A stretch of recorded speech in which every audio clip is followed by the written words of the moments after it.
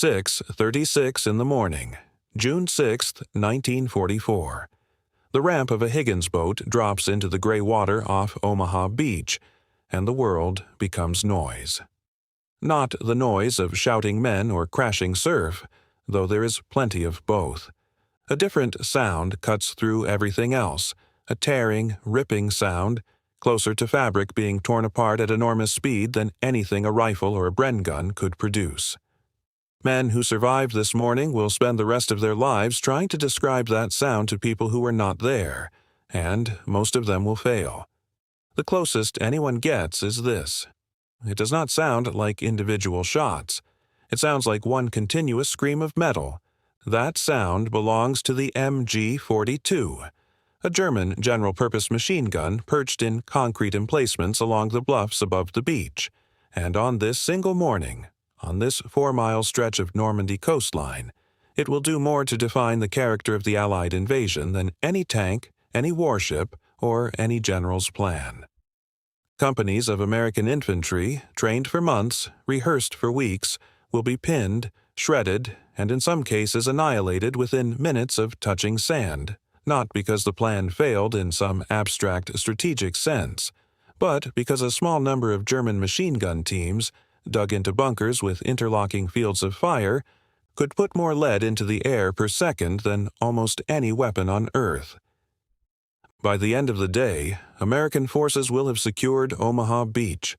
That much is not in doubt, but the cost of that securing and the sheer terror of the hours it took is inseparable from one weapon and the men who fired it. To understand why Omaha very nearly failed, and why it became known among the men who survived it as Bloody Omaha, you have to understand a machine gun that had been sitting in German ordnance depots for barely 2 years, and that would go on to influence the design of automatic weapons for the rest of the 20th century. This is the story of how a piece of stamped sheet metal, mass-produced by a nation running desperately short of raw materials, became the single deadliest obstacle the United States Army faced on June 6, 1944. By the early years of the war, the German Army already understood something that most of its rivals had not yet grasped, which was that the machine gun, not the rifle, was the true center of the infantry squad. The standard doctrine across most Western armies, including the American and British forces preparing for the eventual invasion of France, still treated the rifleman as the primary source of firepower, with the section machine gun providing support. Germany had inverted this relationship. The machine gun team was the squad, and the rifleman existed to protect and resupply it. This doctrine demanded a weapon that could keep pace with the ambition behind it, and the gun Germany had relied upon through the first years of the war, the MG-34, was simply not good enough for the war Germany now found itself fighting. The MG-34 was, by most technical measures, an excellent weapon. It was accurate, reliable when clean, and capable of a formidable rate of fire for its era. But it had been designed and machined to peacetime standards, with tightly milled steel components that required skilled labor and long hours on precision lathes. Each MG-34 took roughly 150 machine hours to produce.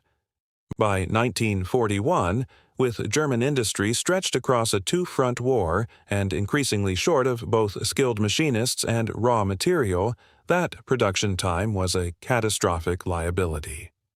Germany's opponents were beginning to outproduce her in nearly every category of war material, and a machine gun that took this long to manufacture could never be issued in the quantities that infinite front warfare demanded. There was a second problem, more technical but equally serious. The MG-34's rate of fire, around 900 rounds per minute, was good, but German ordnance officers wanted something faster, something that could saturate an approach with lead in the brief seconds before an attacking soldier could find cover.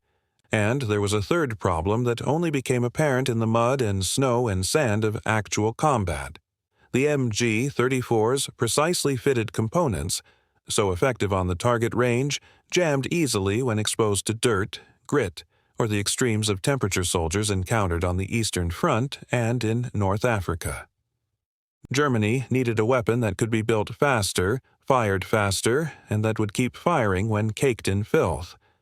Existing solutions could deliver perhaps 2 of those 3 requirements. None could deliver all 3 at once. The answer came from an unlikely direction.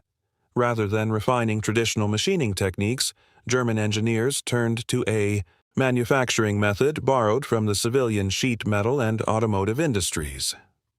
Stamping. The firm principally responsible was Metall- und Lackierwarenfabrik Johannes Grossfuss, based in Dubeln, Saxony, a company that had previously made household metal working alongside engineers, including Werner Gruner, who led the core design effort. Instead of machining a solid steel receiver from a block, Grossfuss's engineers designed a weapon whose major components could be stamped from flat-sheet steel using heavy presses, then welded and riveted together. This was not a new idea in isolation. Stamped components had been used in various weapons before, but nobody had attempted to build the receiver and major structural elements of a machine gun this way, at this rate of fire, and have it survive sustained combat use. The resulting weapon, adopted in 1942 as the MG-42, weighed approximately 11.5 kilograms, a little lighter than its predecessor, and could be produced using roughly 75 machine hours, half the time required for the MG-34, with far less dependence on skilled machinists and scarce high-grade steel. But the real shock came when the weapon was fired. The MG-42's rate of fire, thanks to a new roller-locking bolt mechanism that cycled with extraordinary speed, reached somewhere between 1,200 and 1,500 rounds per minute, depending on the specific example and its condition. To put that in perspective, a typical American Browning M 1919 machine gun, the weapon Allied infantry would use for direct comparison, fired at around 400 to 550 rounds per minute. The MG-42 was firing roughly 3 times faster. At that cyclic rate, individual shots become impossible for the human ear to distinguish. What soldiers heard instead was that tearing, ripping sound, a sound so distinctive that Allied troops gave the weapon a nickname that stuck for the rest of the war: Hitler's Buzzsaw, sometimes rendered as Hitler's Zipper, for the way the report resembled a piece of canvas being torn apart in an instant. The barrel, too, was a piece of clever engineering, because a barrel firing at that rate would overheat and warp within a couple of minutes of sustained use. German designers solved this with a quick-change barrel system that trained crews could operate in under 10 seconds, swapping a glowing hot barrel for a cool spare and resuming fire almost without pause, something that gave the MG-42 a sustained rate of fire that rival weapons, with their more cumbersome barrel change procedures, simply could not match. The weapon was manufactured at several facilities across Germany and German-occupied territory as the war progressed, and estimates of total wartime production run to somewhere in the region of 400,000 units, though exact figures remain difficult to verify given the destruction and dispersal of German industrial records at the end of the war. By June 1944, the MG-42 was the standard support weapon of the German infantry defending the Atlantic Wall, and nowhere was it deployed with more devastating effect than in the concrete strongpoints overlooking Omaha Beach. The German defenses at Omaha were built around a series of fortified positions the Germans designated Widerstandsnester, resistance nests, dug into the bluffs at the rear of the beach and positioned to fire not straight out to sea but along the length of the sand, catching advancing infantry and enfilade. Strongpoints such as WN-62, near what the Americans would call the Colville Draw, mounted MG-42s in concrete casemates with narrow firing embrasures, protected from naval gunfire, and positioned so that a single gun team could sweep hundreds of meters of open beach. American troops of the 1st and 29th Infantry Divisions, coming ashore across largely open sand with minimal cover, walked directly into these interlocking fields of fire. Survivors' accounts describe entire boat sections cut down within seconds of the ramp dropping, men falling in neat rows as the gun traversed, the water offshore turning red before soldiers had even reached dry sand. At Dog Green Sector, in front of WN-70 and WN-72, Company A of the 116th Infantry Regiment suffered casualties so severe within the first half hour that the company effectively ceased to exist as a fighting force. Precise numbers of exactly how many casualties can be attributed to MG-42 fire specifically, as opposed to mortars, artillery, and rifle fire that struck simultaneously, are impossible to establish with certainty, and any documentary account owes the truth that honesty. But surviving accounts, German after-action reports, and the simple physics of a weapon capable of that rate of fire sweeping open ground all point to the same conclusion.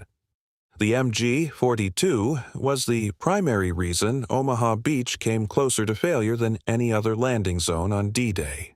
If you are finding this interesting, a quick subscribe helps more than you know, and it costs nothing at all. It is worth pausing on how the MG-42 compared with what the Allies brought to that same beach. The standard American equivalent, the E-1919 A6 Browning, fired at less than half the MG-42's rate, was heavier for a comparable role once its tripod and ammunition were accounted for, and lacked any quick-change barrel system worth the name, meaning sustained fire risked damaging the weapon itself. British forces relied on the Bren gun for section-level automatic fire, a superbly reliable weapon but one deliberately designed for a modest rate of around 500 rounds per minute, prioritizing accuracy and ammunition economy over raw volume of fire, a doctrine that made sense for an army built around the rifleman rather than the machine gun. Put simply, no Allied infantry weapon at squad or platoon level in June 1944 could match the MG-42 for sheer output of fire. The Americans and British had other advantages: overwhelming naval and air support, vastly superior logistics, and eventually numbers that no amount of German engineering could offset. But in the narrow tactical window of the first hour on Omaha Beach, none of that mattered. What mattered was which side had more rounds crossing open ground per second, and the answer was not in the Allies' favor. The weapon's influence did not end with the war.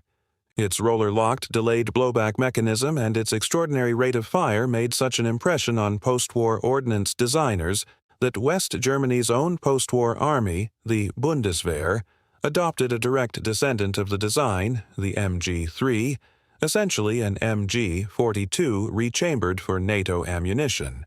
And that weapon remained, and in various forms still remains, in service with multiple armed forces around the world. Other nations studied captured examples closely, and the general design philosophy the MG-42 embodied, that a squad's firepower should center on a fast-firing, quick barrel-change general-purpose machine gun rather than a rifleman with occasional support, gradually became the standard doctrine across most of the world's armies, including, eventually, the United States, whose later M60 owed a conceptual debt to the German weapon its own soldiers had once faced across the sand at Omaha. Original MG-42s and their post-war derivatives survive today in military museums across Europe and the United States, including examples displayed at the National World War II Museum in New Orleans and the Imperial War Museum in London, sobering artifacts of stamped steel that visitors can stand beside and, if they choose, try to imagine producing the sound so many veterans of Omaha Beach struggled for the rest of their lives to describe. What the MG-42 achieved on June 6, 1944, was not victory. Germany lost the war, lost Normandy within months, and the beach the gun so nearly held would become the launching point for the liberation of Western Europe.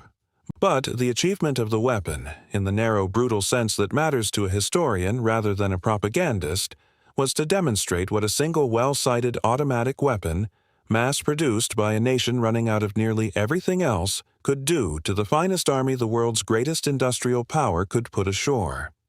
It killed and wounded American soldiers by the hundreds within the first hour of the invasion. It came close enough to halting the landing that senior American commanders, watching the chaos from offshore, briefly considered diverting follow-on waves to other beaches entirely. It turned 4 miles of French coastline into the place the men who survived it would simply call Bloody Omaha for the rest of their lives.